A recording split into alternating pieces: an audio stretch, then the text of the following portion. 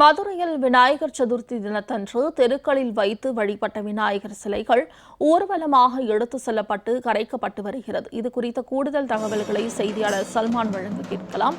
சல்மான், இது குறித்த விவரங்களை பதிவு செய்யலாம்.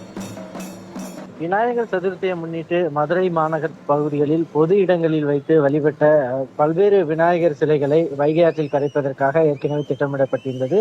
அதன்படி இந்து மக்கள் கட்சி சார்பில் நடைபெற்ற விநாயகர் சதுர்த்தி ஊர்வலமானது மாலை 4 மணிக்காக மதுரை கீழே மாசி வீதி பகுதியில் அந்த ஊர்வலமானது தொடங்கியது. முன்னதாக அந்த பகுதிக்கு வந்திருந்த 100க்கும் மேற்பட்ட பெண்கள் முளைப்பாரி எடுத்தபடி அந்த விநாயகர் சதுர்த்தி ஊர்வலத்தில் கலந்து கொண்டார்கள். அவர்கள் அந்த பெண்கள் எல்லாம் முன்னே செல்ல விநாயகர் சதுர்த்தி ஊர்வலமானது நடைபெற்றது. அந்த ஊர்வலத்தை பொறுத்த மட்டிலும் 2 அடி முதலாக 10 அடி வரை உள்ள பல்வேறு வகையான விநாயகர் சிலைகள் ஊர்வலமாக எடுத்து செல்லப்பட்டது. தொடர்ந்து அந்த கீழ மாசி வீதி தொடங்கி தெற்கு மாசி வீதி, அதே போன்று மேல மாசி வீதி வழியாக வடக்கு மாசி வீதி சந்திப்பு தொடங்கி சிம்மக்கல் பகுதியில் இருக்கக்கூடிய அந்த வைகை ஆற்று பகுதிக்கு ஊர்வலமாக 100க்கும் மேற்பட்ட விநாயகர் சிலைகள் எடுத்து செல்லப்பட்டு அங்கு கரைக்கப்பட்டிருக்கிறது. இந்த விநாயகர் சதுர்த்தி ஊர்வலத்தை முன்னிட்டு 300க்கும் மேற்பட்ட காவல்துறையினர் மாசி வீதிகள் முழுவதிலுமாக பாதுகாப்பு பணிகளில் ஈடுபட்டார்கள்.